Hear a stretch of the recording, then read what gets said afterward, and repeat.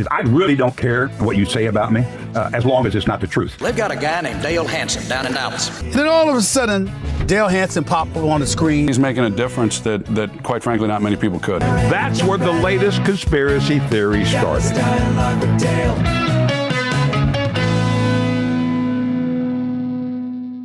Hola, shalom, and hey there, neighbor. Welcome to the latest episode of Dallas Dialogue with Dale Hansen, brought to you by Northwest Insurance. I'm your host, Mark Villasana, and joining me as always is my BFF, marketing manager for Northwest Insurance, Ms. Lila Levy. Shalom, Lila. Hola.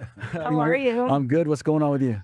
Listen, we have an anniversary this week. What's that? 1 year ago this week, we started our first podcast called Beyond the Policy. Okay. And that was called Beyond the Policy, covering everything Dallas. And we had Dale Hansen on as our third or fourth guest. I remember. Couple months in. And then that gave birth to Dallas Dialogue with Dale. Yeah, So, if I remember correctly, he stayed 3 hours with us. He did.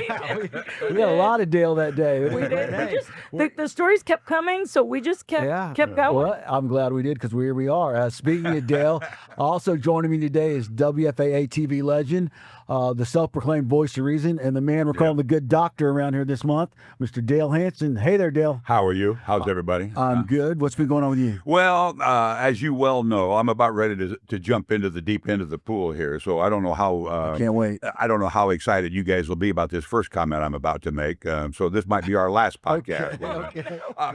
But this Eric Swalwell resignation in Congress, there's 3 points that bother me a great deal about this. I've been following this too closely. But one, and I don't want anybody to think that I am victim shaming the woman by any means, because I am a victim of sexual assault. So I'm not. But we do have to, in my opinion, break this system that we have that basically discourages women from coming forward. I really do think we send the message to victims of sexual assault, male and female. Right.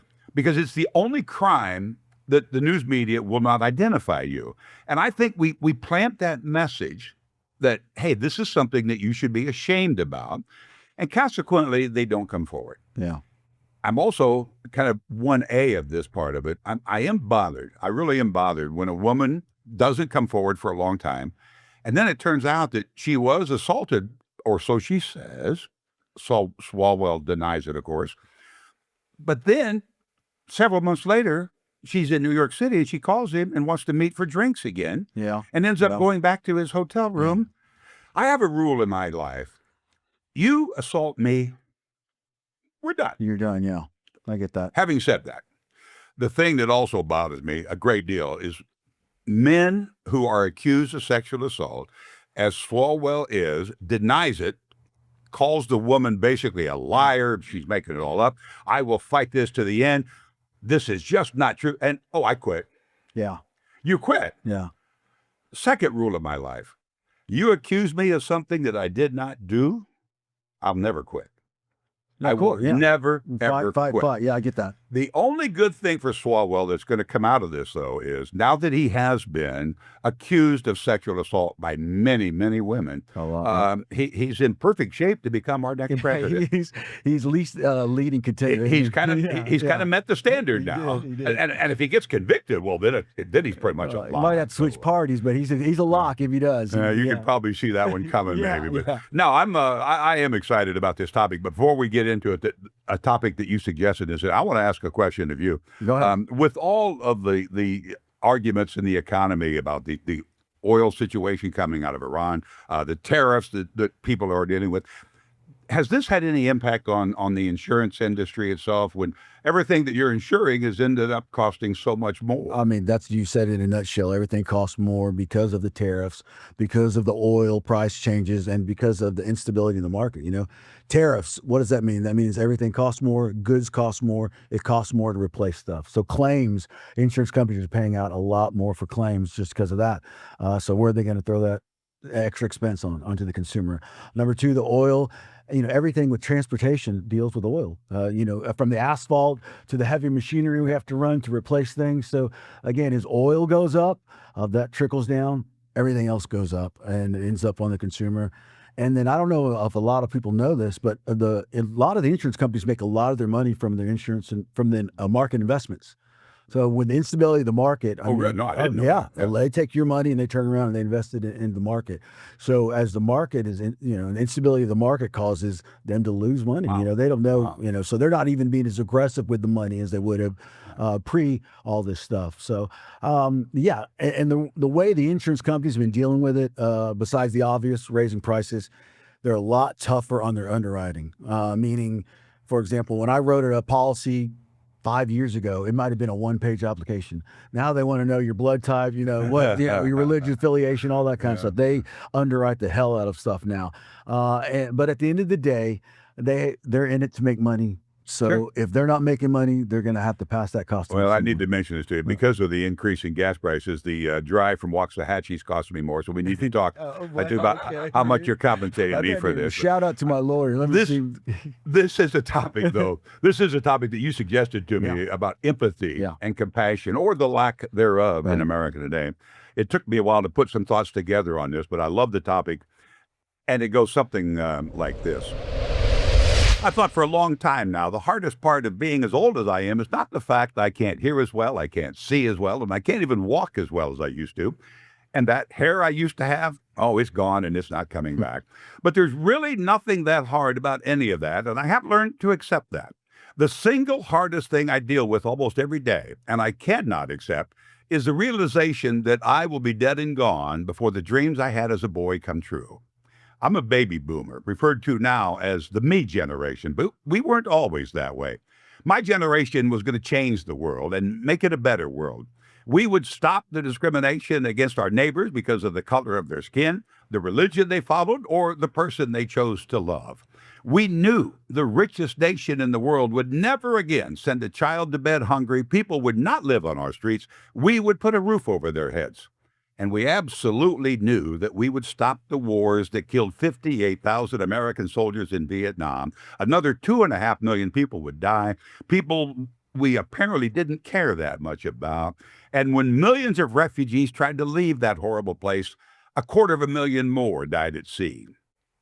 But we would put an end to that madness because my generation knew the futility of settling our differences with bullets and bombs, and my generation would change all of that. We knew we could because we believed we could. And there was a time when we thought we had.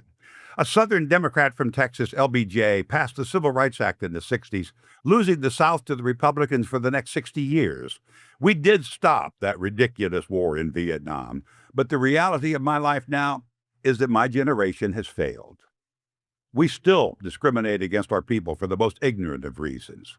People still sleep on our streets and kids go to bed hungry, and we still settle our differences with bullets and bombs. People die, and we don't even really know why. We do all of that because we have lost the empathy of our shared humanity. Our nation sacrificed together to support the troops in World War II. We did it again after 9/11. And I really do think it's going to take another war, one where we don't argue about what we call it, and at least another 9/11 for us to self-sacrifice again. And even then, I doubt we would. We thought wearing a mask was too much to ask. Vaccinations should be my choice, even as measles and polio are making a comeback. The me generation has made it all about me now because we refuse to see what others see. We don't hear what they hear, and we do not feel what they feel. If for just a day you were forced to walk in their shoes, too many people, certainly not all, but too many would whine and demand a better pair, complaining that somehow their life just isn't fair. It was that shared humanity that made America great. It was that empathy for others and the sacrifices we made for the greater good that has enabled us to celebrate 250 years of this American ideal. An ideal that isn't perfect, it never has been. We are a flawed people. We have made mistakes and we will make more. But if we are to continue this celebration so that our children and our children's children can live the American dream, we have to do it together. We have to see what they see. We have to hear what they hear, and we have to feel what they feel. Every single one of us is walking a dark path into an unknown future, but it's an easier path to walk when we walk it together. Well, Wow. That's what I think about this situation that you've created me to I write did about. throw that softball out there. I really wanted to hear your thoughts about this because I think, first of all, I knew you'd come with some powerful words, and I think we need to reset every once in a while just to remember what our hopes and aspirations used to be as opposed to what they are now, man. We have lost our way somewhere along the line. I think we have Yeah, to. and I don't know what we can do about it. The word that did come to mind when you were saying that was perspective. I think from the time you grew up being a boomer, you grew up post World War II. There seemed to be such an enthusiasm and the belief that anything was possible then, you know? And I think that was shared throughout this country. Me, a generation behind, post Vietnam, post Watergate, there's such a distrust in the government that has made people less believable, less in the feelings of others, making us less sympathetic. And I think, correct me if I'm wrong, Lila, but I think as our government continues to fail us over and over again, it just makes people angrier, makes us trust less, and makes us less sympathetic. So I don't think your generation failed us. I think the world is just beating us down, and I don't know what or how. Well, I think it is too, because of what you just said. Is I from this generation, when John Kennedy, Dwight Eisenhower before him, certainly Franklin Roosevelt, Harry Truman, when all of those people would speak, we bought it. Now, did they lie to us sometimes? Yeah, Maybe, as we find out later. yeah. But Nixon, I think, really started that loss of faith in our government, and we started questioning everything. And then, as I think we all agree here, we now just live in our silos, and we choose up sides, and you're either on Team A or Team B, and the other team is never right. Somebody said to me one time when I was talking about this commentary, and they said, well, it's just a friend of mine says it's just another example of your Trump derangement syndrome, that you want to put everything that he does, you blame him because he's wrong. Yeah. And I said, okay, if that's what Trump derangement syndrome is that I believe everything he does is wrong. What do we call the disease when everything that he does you think is right? Yeah. I said, name me one thing that you disagree with. Yeah. And he said, well, I said, anything. Yeah. I said, because every president that I adore, from John F. Kennedy to Barack Obama and everything in between, there were things I did not agree with. You disagreed with them, yeah. Name me one thing that Trump has done wrong. And I said, I would argue that is Trump derangement syndrome. yeah. But or they do call it in other words, cult. If you will. Cult, yes. What do you think? Well, here's what I think with empathy.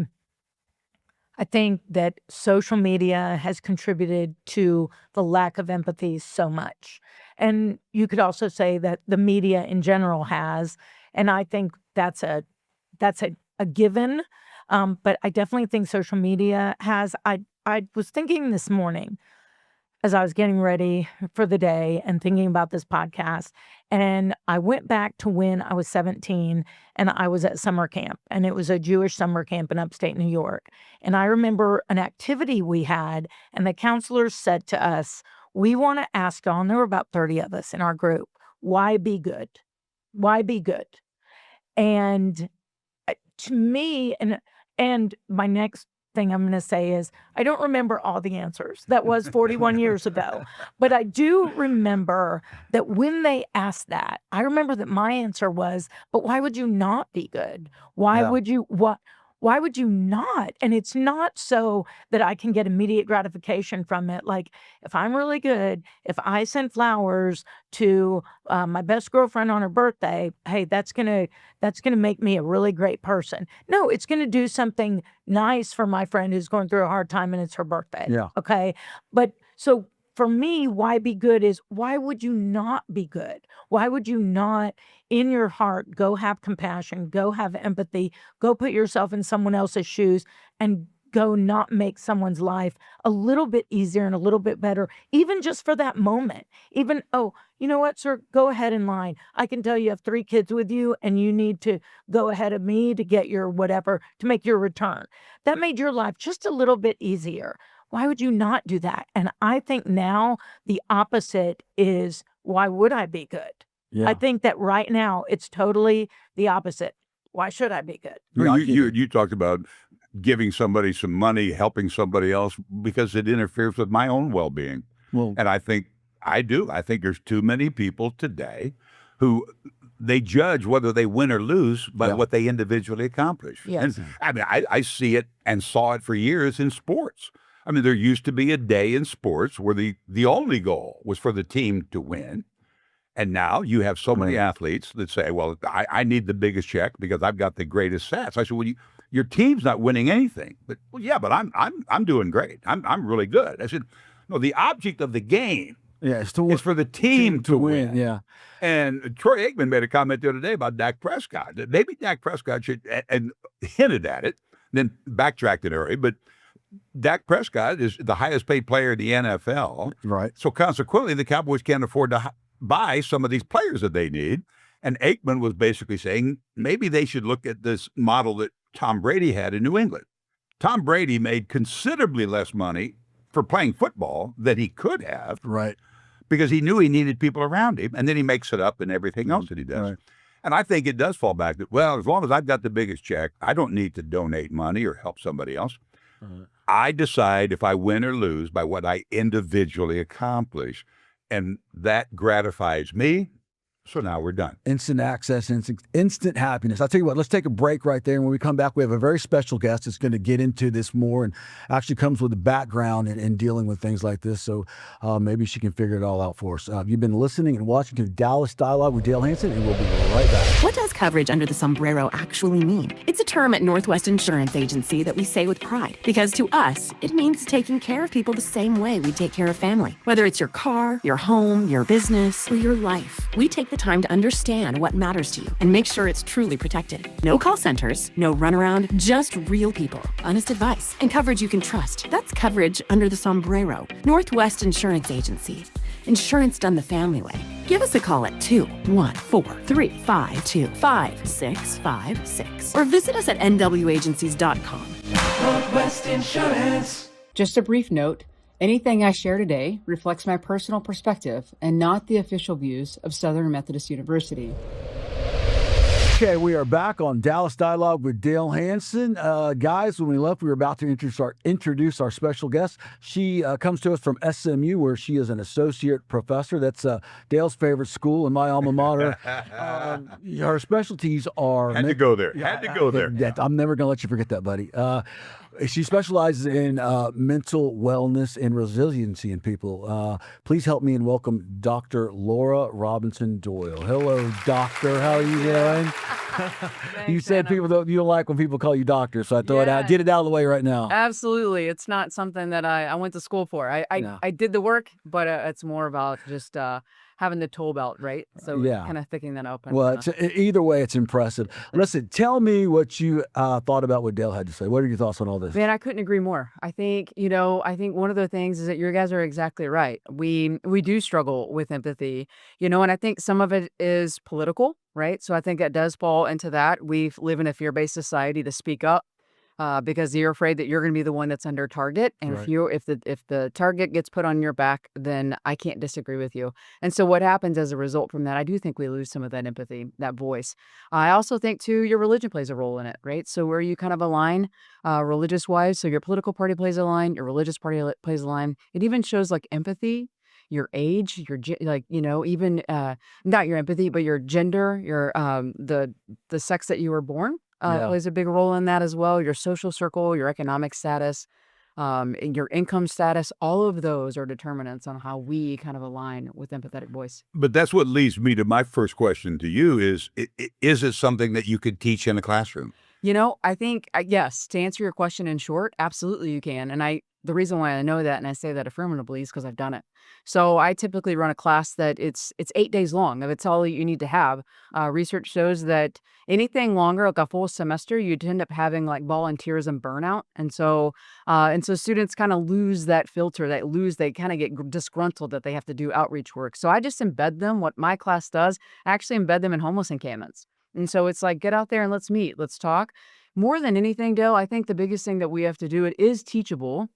But the only way that you could do it is by getting real hand experience with the person who did it, right? So experiencing it firsthand, you're not going to be able to experience it. Let's just call it, I'm going to name the elephant in the room. Yeah. SMU is a highly affluent university, right? More students, based on Raj Chetty's work, more students from SMU come from the upper 1% of income earners across the nation, across the world, than the bottom 60%. So we already know that ahead of time. The one thing that's really amazing is that SMU, number one, these students, yes, come from pretty highly affluent backgrounds, but they also come from pretty substantial bubble, if you will. And their bubble that they come from is gratefully so. I respect the schools that they came from in high school or transferred in or whatever it may be. But you start to ask them, what kind of work have you done? How much exposure do you have to individuals, and how I put it in my class, individuals that have been pushed to the margins of society. Right. Whatever shaming voice that we have to someone, whether it's what you were talking about with sexual assault victims, right? My lens that I look at is poverty, homelessness, and food insecurity. The people who we kind of blame, right? We put blaming, kind of thoughts on them. So I think the point though that I was trying to make, and I think you're answering it, is that yes, you started in that classroom. Yes. But you can't change a person's attitude until they live it, until they actually meet these other people, get into that environment. So what I was trying to get at is it's not something you learn out of a book. No. You may start in the classroom, but you have to be exposed to walk in their shoes, as some people would say. Which is like the true classic definition of empathy, right? Put yourself in someone else's shoes. No, speaking on that, you talk about the wealthier kids who live in a certain bubble. What about conversely, the other kids that don't get out because they don't have the funds, so they're stuck in the home on the internet and just getting all their news, all their information, or playing video games from the web. How do we get the youth out to experience other youth? I guess my question is. No, for sure. I think obviously, some of these high schools do, let's do volunteer days. I'm going to tell you from what I've experienced, it's good for exposure purposes to say, but what we end up finding is that students who do that almost we have to be cautious because there's an idea called the white savior complex. Right? Where you step in, you do volunteer work, you take the picture for social media, you post it, you get the pat on the back, but you kind of dip out of the people you were trying to serve. So we need to start more infiltrating our students into the classroom. We got to break behind those four walls. Right. Those four walls aren't going to do it for us. You're exactly right, Dale. The videos that you watch, the lectures that you watch, the books that you watch, they're not going to do it. So let's get out of the four walls of the classroom. There's a couple of things. Let's talk about media. So media is a primary indicator of how your perception's shaped. So your family values. So one of the things that I talk about in my class is, what about the man in the doorway? What are the messages you've been taught about the man who's sleeping in the doorway? Right? So let's talk about that. The big thing is not what you think about them. It's why and who taught you that deeper message.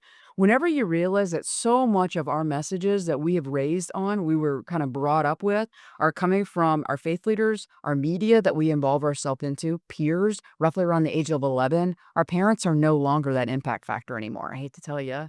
From 11 on. It's 11, they start to make that shift, or their peers and their peers' ideas and opinions matter. Now, mom and dad still matter, no doubt about it. I mean, you're still providing food. But it's one of those things when it comes to perception and identity creation that right around 11-year-olds, they start to switch. So now they really start to switch to social media. Here's the issue with this. Whenever we are living in a more lonely society than ever, right, we're getting more entrenched to that media, that social media. We're getting more entrenched to influencers, which influence does not mean, the way I was raised, and maybe you guys were whenever you're deemed as an influencer, it's for positive things. Right. So it's for things that you're making an impact, you're doing great things, and it would be great to get back to that. The issue is that you're an influencer if you just got a certain million followers on social, right? It doesn't have to be something. That means you're an influencer, Gail. Coachella, right? So and so you've gone to Burning Man or whatever it may be. So you're doing all these great things, but I will say, I think for the media that you watch, the news media, so if you're even when my class, if you look at, how we kind of break it down is Fox News is on one extreme, MSNBC is on the other, right? How do we meet in the middle, and how do those conversations start? Because that's the problem. We tend to tether and claim that identity just for self-preservation, right? I'm going to align with my faith. I'm going to align with my political party. I'm going to align with my ideology. And in the reality, we close our ears off to truly understanding and meeting us. So get them out of the classroom, get them embedded, get them entrenched. My students have conversations with people who are meth heads who are sitting, and I don't mean that in a very derogatory term. It's people who are struggling to get out of the grips of addiction. Sit with them and talk to them. Find out what brought them there. 9 times out of 10, you're going to find that it's trauma. I don't know of any kid that I've ever met who was born and thought, my idea is to be homeless, to be stuck on the street, to not have a job, to live potentially in and out of shelters and be really society's deemed as unlovable. I don't know of any kid that's ever desired to have that, right? Something happened. The system broke, or the system is broken naturally, right? If we understand the structural issues surrounding that, and we get out of the blaming identity, the research that I'm in, the research that I kind of do is it's how do we classify perception? So within the perception lens, and in research, it's also called attribution. How do we attribute blaming, right? So if you look at perception, you have internal or individualistic. That's those individuals who think you pull yourself up by your bootstraps, right? There's blaming. Well, it was only because you are in the position you had because you didn't make a good financial decision. You decided to choose drugs over your family. We end up saying, even in that same mindset, we have teach a man to fish, right? That whole kind of idea of teach a man to fish, he'll fish for a lifetime, give him a fish, right? So you talk about that. The issue with that is we naturally think, well, we're going to teach them to fish, we're going to equip them, and then we're going to send them back out. The problem with that is that you don't know the pond they're fishing in. Their pond could be overfished, right, and have no fish. The water that those fish are swimming in is probably toxic, right? We prepared you to fish. What's wrong with just giving the guy a fish? Yeah. Right? And so we start to blame. That's individualistic. And then you have structural. Structural is more of a, hey, you know what? There are things in place, economic failures, political failures, social failures that have happened. People do not start the race at the same line. Yeah, and definitely people, especially where you teach, they don't seem to understand that. Dale, you had a question? Well, I was talking about, I want to get back to this point you made about at 11. And I think in my own case, I was challenged last night with some friends of mine as to whether or not I would admit to this and whether or not I would bring it up on this podcast. And I'm going to accept their challenge. I think my attitude about life did start to form at the age of 11 with my peer group, my friends. My question before I get into this is, do you agree that you can change? Oh, 100%. So I'm 17 years old. And this is for you, Eric. You didn't think I'd do it, but I will. I was 17 years old, and I wrote one of my first speeches in English class for a guy named Frank Weiland, who's one of the most influential men in my life. And it was about the civil rights movement in the 60s. That was the class assignment. I'm the only kid in my class that didn't use the N-word. I referred to people of color as Negro, which was the accepted term at that time. Right. Almost every person in my class was talking about the subject using the slur N-word. Had a football coach who used to use it. My dad used to use it. I never did. But what I did write was the title of my speech, let's face, this is why I never ran for office, by the way. I can only imagine. The title of my speech was, let's face the facts. Negroes are just plain troublemakers. And I did this entire bit, and I wrote about, well, if they don't want you to be attending the University of Alabama, go to another school. There's a million of them. Who wants to eat at, Walmart or what? Woolworth.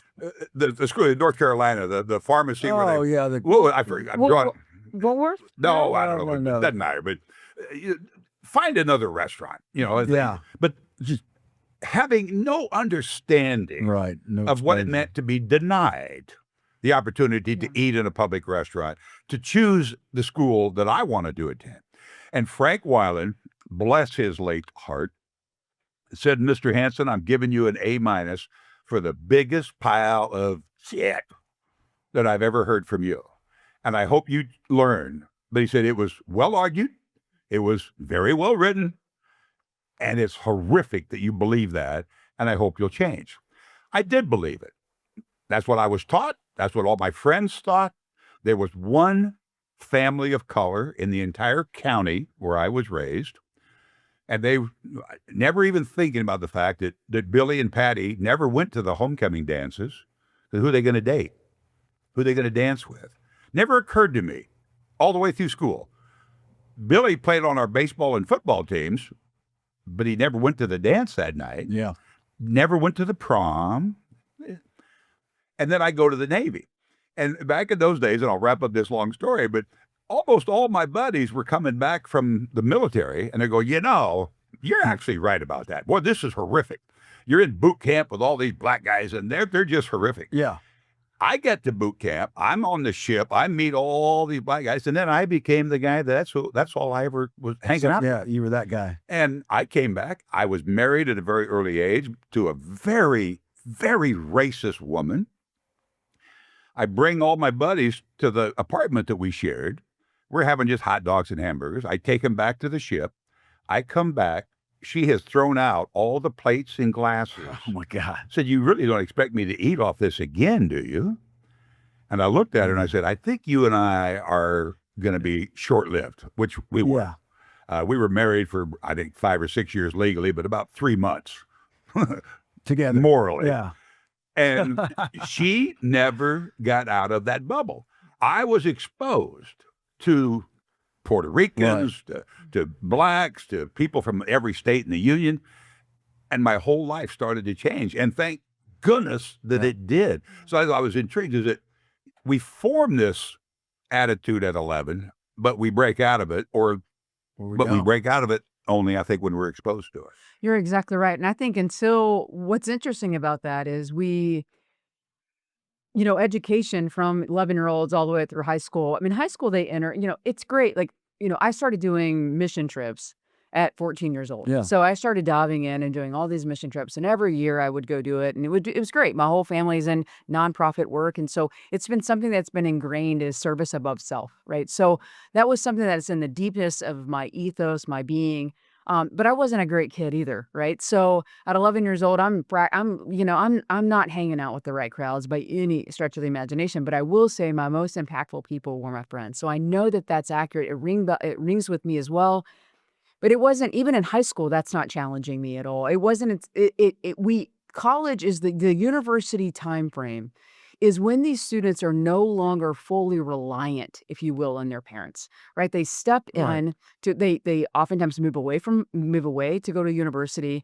And then at that point, they start taking a curriculum of philosophy, religion, English, whatever it is, and they start getting into their major classes, right? So they start getting into that. If you look at academics across the board, it's not uncommon to have professors who are a little bit more broader thinkers, if you will, versus conservative thinkers, if you will. And so students start to get exposed to new ways of thinking. Where we fail is when we lack the ability to get them outside, right? So if you just take them through a lecture and do exams in your traditional classroom, you're not going to be impacting these students. They are going to graduate and still fall back into their social circles.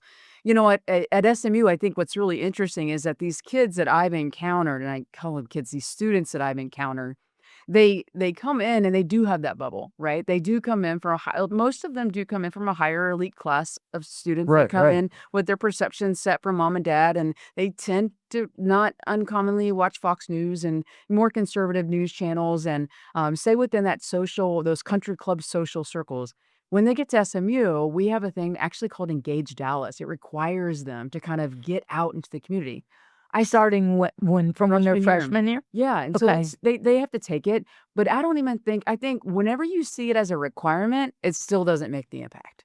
Right? It's whenever they sign up for a class and they don't know what they're getting into. That to me is a secret sauce. And I'm not saying we just don't disclose everything. I'm saying that's where I started evaluating my students. They come in, do a pre-perception survey about low income, those who are pushed to the margins of society. What are their ideas? Do they think they're dirty? Do they think it's lack of failure, or it's a failure response? Do they think it's lack of poor decision making, or what is it? And then at that point, we spend the whole class diving in, firsthand experiences, stories, and that's when you start to see it. Yeah. When they come back and they talk about it, they actually get angry that they're like, why are we not required to do more of this? This should be every bit of our education. I'll tell you what, let's take a break right there when we come back. I want to get into how, I think we're aware that if we expose more people to different things, it will change the perception.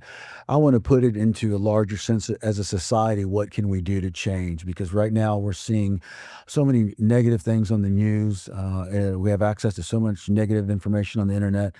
It's definitely affect empathy as a whole. So I want to talk about what can we do to maybe change the world as a whole. Absolutely. All right. You've been listening, watching Dallas Dialogue with Dale Hansen. We'll be right back. If you're a Texas contractor and your insurance guy doesn't speak your language, fire him. We specialize in Spanish-speaking tradesmen. Call today and we'll review your current policy for free. No pressure, just straight answers. You've seen the guy that's your bro. That's us. And just like I protected my grandfather from the sun, we protect you from life's challenges. I'm Mark Villasana, owner and agency principal with Northwest Insurance.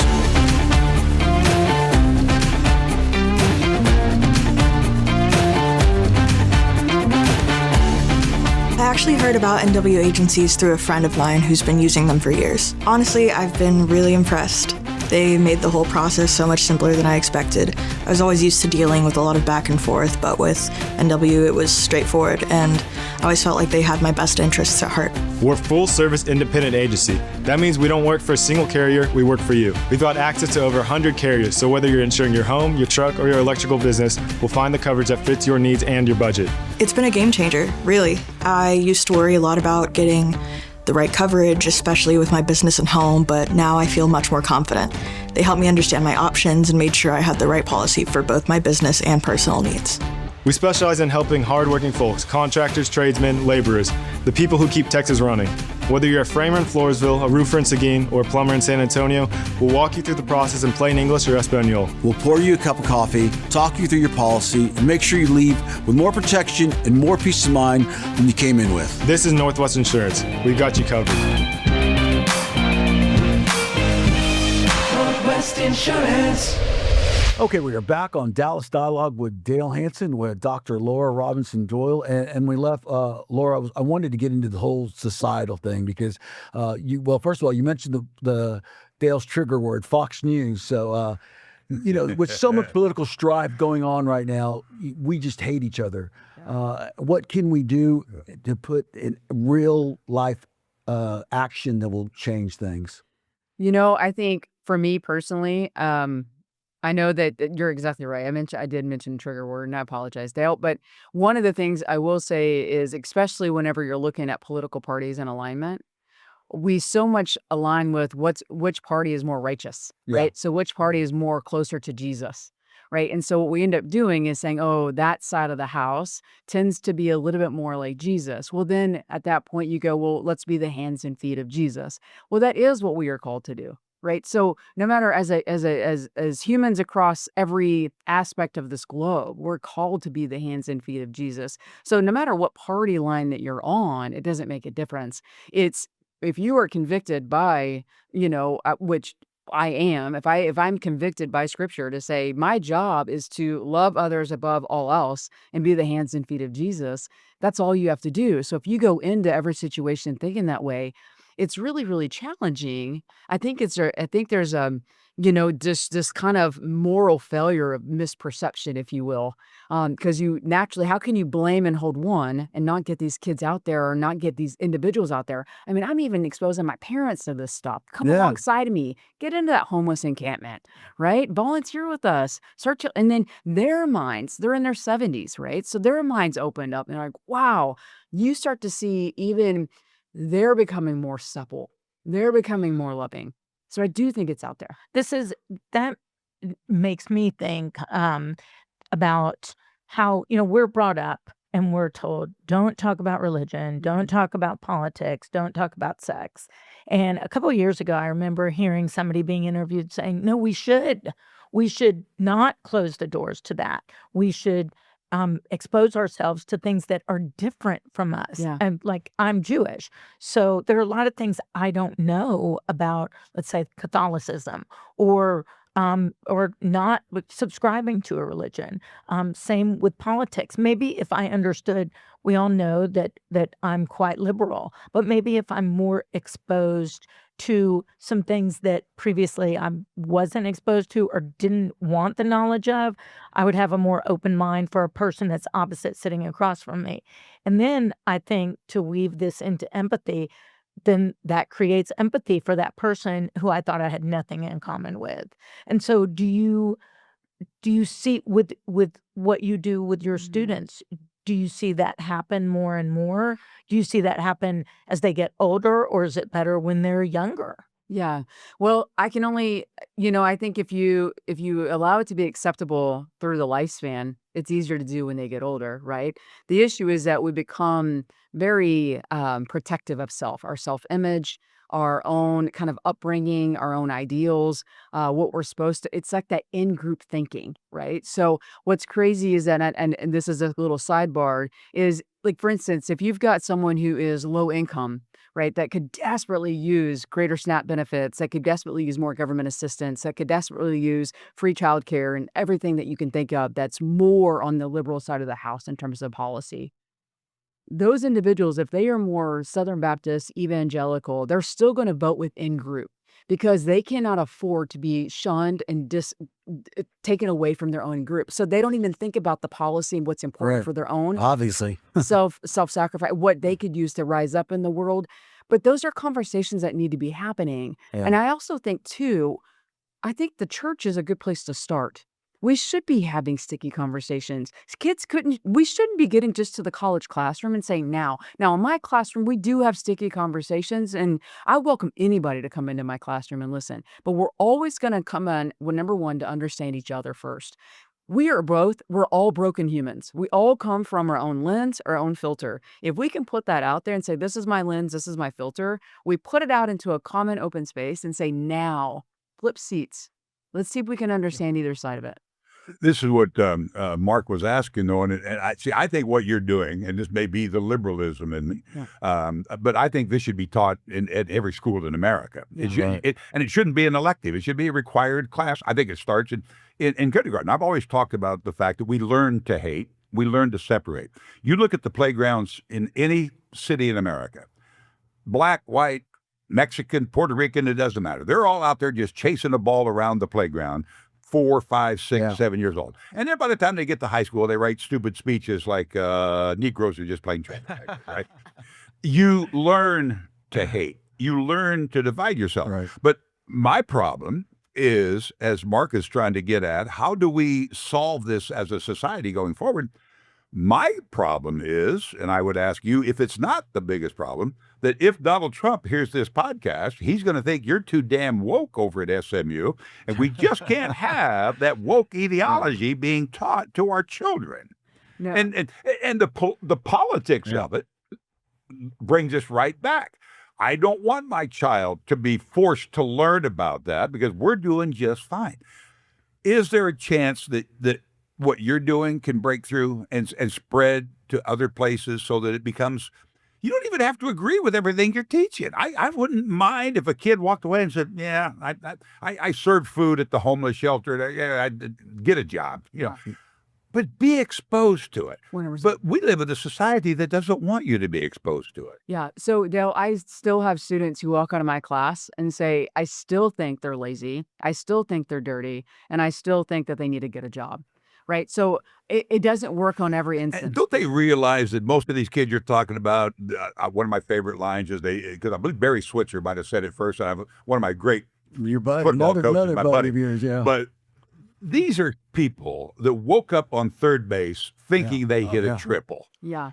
And I talked about, the friends that I used to play golf and cards with, and they inherit companies from their parents, didn't do a thing to earn where they're at. Donald Trump himself, again, just to rile people up by saying it, he's handed $1 million by his dad starting out. He goes bankrupt a dozen times. You keep bouncing back. I think we've identified what I think you're doing is fantastic. For sure. But I think at the same time, we have to recognize that we live in a society that I don't know, Mark, if they want to fix it. No. Because a lot of people don't think it is a problem. I said they're just lazy people. It's just not my fault they're lazy. Yeah. And I will say this, majority of America believes, like they they typically have an unfavorable view of those who are pushed to the margins of society. So it's not that college students are the only ones. And if you're looking at perception data or attribution data, and you're looking at, how you view those that margin at the margins of society, it's not uncommon to have a negative view and to say, yeah, they should be able to work. I mean, even in some of the work that we do is, do you believe that the government provides enough already? And oftentimes the question is, yeah. Because it's like, because if we don't agree with it, then we have to take ownership of it, right? And so I think some of it's silence. Number one is that self-preservation. Like, so you're trying to preserve what you're feeling in your identity, so you stay silent. But I would actually like to counter a little bit to say, number one, we need more humility. Right. That's what. Yeah. Good luck with that. Right. Right. So that's going to be at the bottom. Right. Yeah. So we need more humility. We need to see that, number one, likely when we bow up and we become self-protected, and especially when our first go-to is to make fun of others and to tear others down and put yourself up, it's usually through a lens of insecurity. Right? Whatever it may be. So you were wounded, you were hurt at some level. Right. You're trying to show, at some point in time, we're just trying to say, do you approve of me, and am I good enough? And you work the rest of your life trying to prove it to everybody else. So you put armor on. Here's the thing, I'll be honest with you. There are people who have their PhDs, but got their PhD solely that they can get behind that shield of their doctorate. And that's the thing. We have to strip away all of that. We almost have to become vulnerability naked. Right? And just say, listen, you see me as a human, I see you as a human, and that's how we're going to get there. But it's really I'm sure it's difficult, but I mean, take into consideration everything that goes on with the news the way it is, with the political factors going on, with war going on. Can we accomplish that? Can we break it down where people are exposed or even want to be exposed to the other side? That's a really hard thing, especially considering that media outlets really are kind of slanted. They push that, don't they? I mean, right. So they're biased, money. Right. So that's how you know. If you walk in or you walk past, like, for instance, I spent 5 years at Fort Hood, and so one of the generals, you'd walk by their office and they had Fox News on. The other general, you'd walk by their office, they had CNN on. You know what office, depending on where you leaned, where you wanted to go, right? So you kind of knew that because you kind of knew their mindset, right? I will say, though, in the military, your commander-in-chief is your president. And so that is something that needs to be understood and that is. But at the same time, your media outlet does inform so much. Yeah. So I think I'm one of granted, I need more humility here when I say this, but I'm one of the few people in America that watches all of them. I have too much time in my day as an old retired man, but I watch them all. And as I tell my friends, they'll actually, my liberal friends, they go, you seriously watch Fox? And I said, I watch Fox 4, 5, 6 times a day, and I watch it up until they lie. And I've never quite made it to a full minute yet, but I'm trying to work my way there. But I start my morning with MS Now. I switch over to CNN. I go to Fox. I watch them all, off and on, all day, all night. I then call my conservative friends when I hear something that's just outrageous. They don't even know about it. Yeah. They don't even know about it. And at the same time, I'll point out something that the conservatives are saying, and I'll say it to my liberal friends, and they aren't aware of it. Because it's back to that. All our media, I think, really cares about today is the bottom line, the financial end of it. Yeah. There used to be a day, this is the old retired guy talking, I'm sure. But there used to be a day when the Walter Cronkites and the Edward R. Murrows of the world had an obligation, and the networks had an obligation to provide news as a public service. Then they realized, actually, it's not that hard to make money doing this.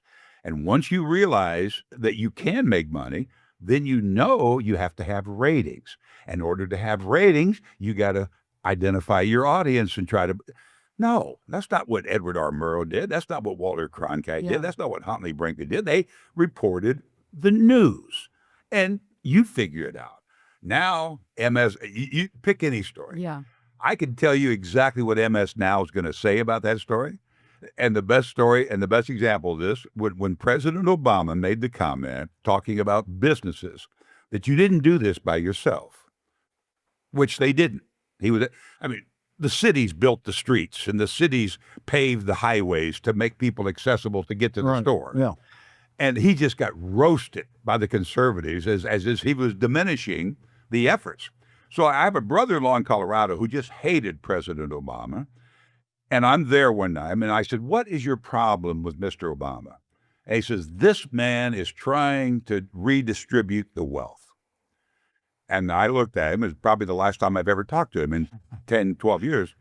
I said, so what are you concerned about? You don't have any money. I do. If anybody should be concerned about Mr. Obama trying to redistribute the wealth, it should be me, not you. Yeah. There's that humility you were talking about. Yeah, and yet they have this mindset of, no, bad, he bad, this person good. And I'm like, oh, shut up. Because they just don't care about the individuals anymore. They just don't. I would agree with that, especially with the media and kind of the ratings, for sure. I do think, though, just the polarization, and I think, we have our corners of the ring, and then what happens is just like a normal fight, right? You send one person to the middle, send the other side, and then you fight it out, and just to see. And so we're constantly feeling like we're adversaries, we're against each other. And in reality, we should be able to literally meet in the middle. And I call it high-fiving in the hallway. We should be able to come together. We should be able to see this, the unity that we can form. I understand that we're not going to agree on everything. Like you were saying earlier, there's not a president that does everything right, and there's not a president that does everything wrong. It's just, it is what it is, But the issue is that our narrative has become more targeted. Our narrative has become more blaming. And so as a part of that is when you align with the narrative, or you align with that let's say that candidate at that moment, it kind of throws you out for a loop, and you kind of claim to that because you feel as though that if you don't do that, you're going to be outs by your own group. What's interesting is that as you're talking, I think back to, there's a theory that's called the self-determination theory. So you have to have, in order for you to have a fulfilled life, there are 3 things that you have to have in place. Number 1 is autonomy. Do I have the ability to think for myself? Do I have the ability to do that? We've lost some of that. Right? We think we know that we're thinking for ourselves, but that's the big thing, is part of a college education is think for yourself. Think outside the media, think outside your parents, think outside of what even professors, because professors are jaded. So think for yourself, your own ethos, your own values, your own. I always have, but that's why I got fired every time. And probably several times. So, autonomy. The other one is competence. Do you feel that you're competent to do the job that you're supposed to do? And so far, what happens is what we found in our society, even to this day, is if you do something wrong, now you're chastised and you're made fun of and you're instantly fired. And so that risks the idea for you to even take a risk to be competent. And the last one I think is the most important, is belonging. And so you have to have the ability to say, I belong to a certain group. What's interesting is when you don't have all these together, or you're desperate and you're clinging to one, something's going to be in balance. And so for us, is especially with the world that I kind of live in, is number 1, train an individual or work with an individual to say, think for yourself. Number 2, I don't care what your opinion is, what the product is that you're putting out. It's competent, and we're going to get it better. Like, let's just keep working together as a team to come to an agreement. And then the last thing is, no matter what, I don't care if you're in that corner and I'm in this corner, we belong. We belong together. Mm-hmm. And it's when you have that together, then self-determination is set. And then at that point, you're like, okay, now we can get towards a common purpose, a common ground. I just don't think we're there. I think we're too divisive. And exactly what you were saying in terms of the corners of the media. Yeah. I'll tell you what, let's take a quick break right there and we come back. I'd like to ask you a question that we've all pondered here and maybe you have an answer for. And we'll wrap it up and see what we have for next month. You've been listening and watching to Dallas Dialogue with Dale Hansen. We'll be right back. Thanks for listening to the podcast. But I have a question for you. What's going to happen if an accident happens at your home? Maybe a fire or a flood or even a burglary. Well, with Northwest Insurance Agency, all of those thoughts can just stay thoughts. Because when you're covered under the sombrero, you're covered for any accident imaginable. So give us a call today or visit us at nwagencies.com and let us give you the peace of mind you deserve.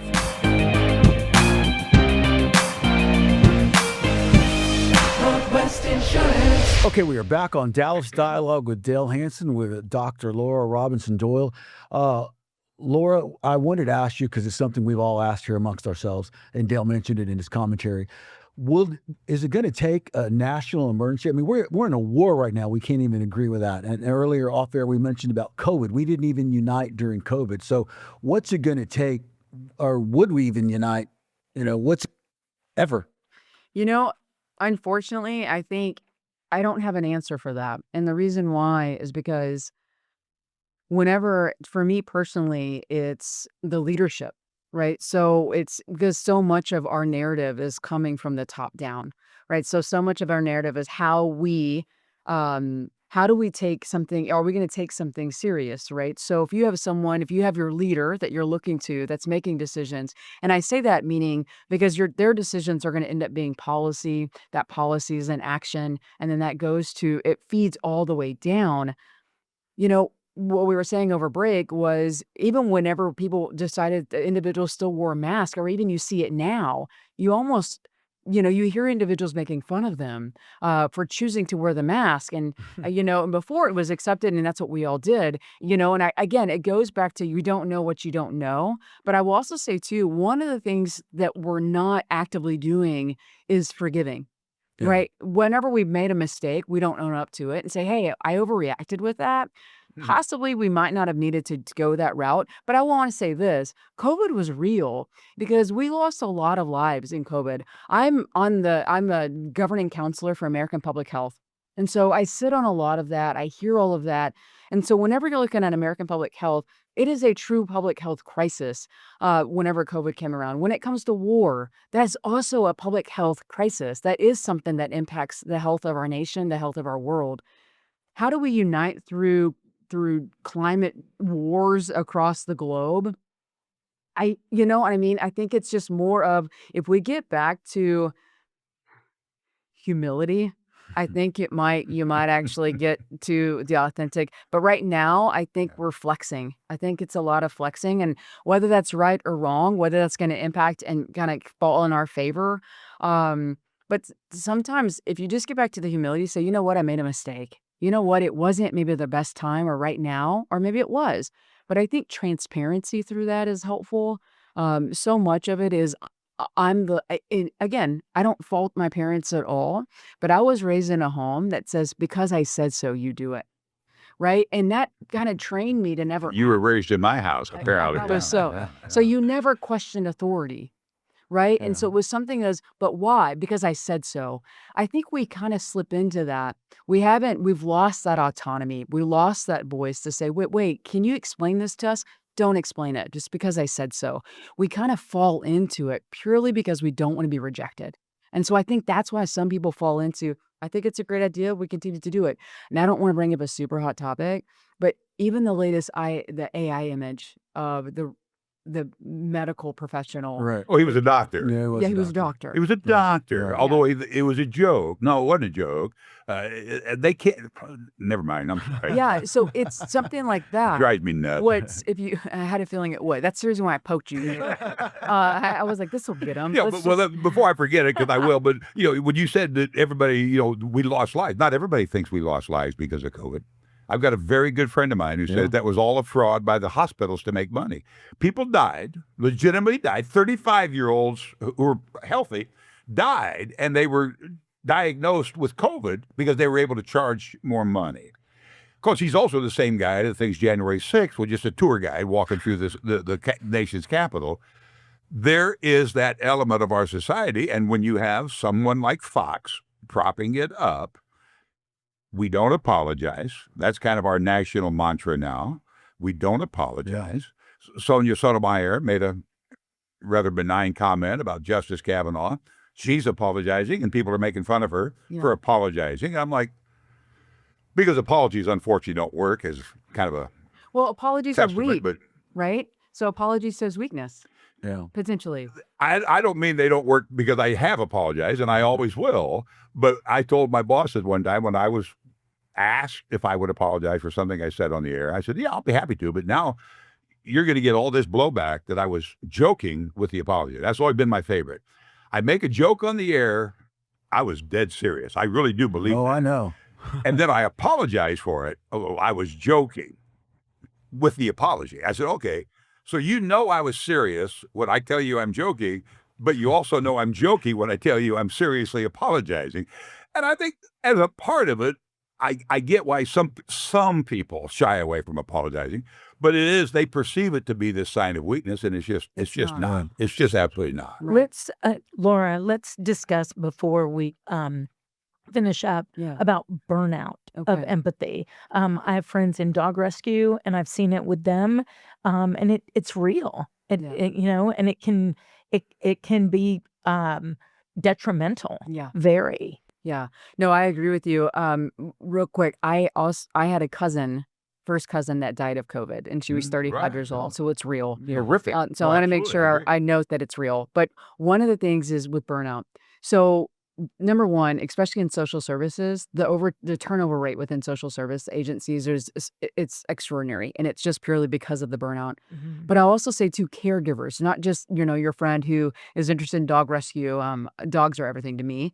So I think that absolutely is real. So it's almost the question I'm hearing you say is, when does empathy go too far? Right? And how do we balance it? Yes. How do we balance it? The big thing is, to me, is I always talk to my students and even the individuals that I work with outside of campus and even my colleagues, is it's all about balance, right? And understanding what that balance is. So how do you set boundaries for it?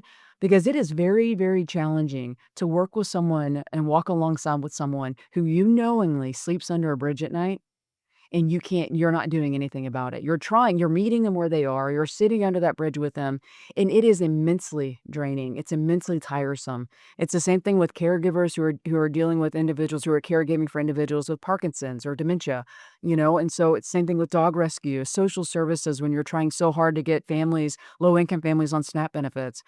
There's a point in which, and again, my master's degree is in counseling, so you have to understand the balance of what it takes.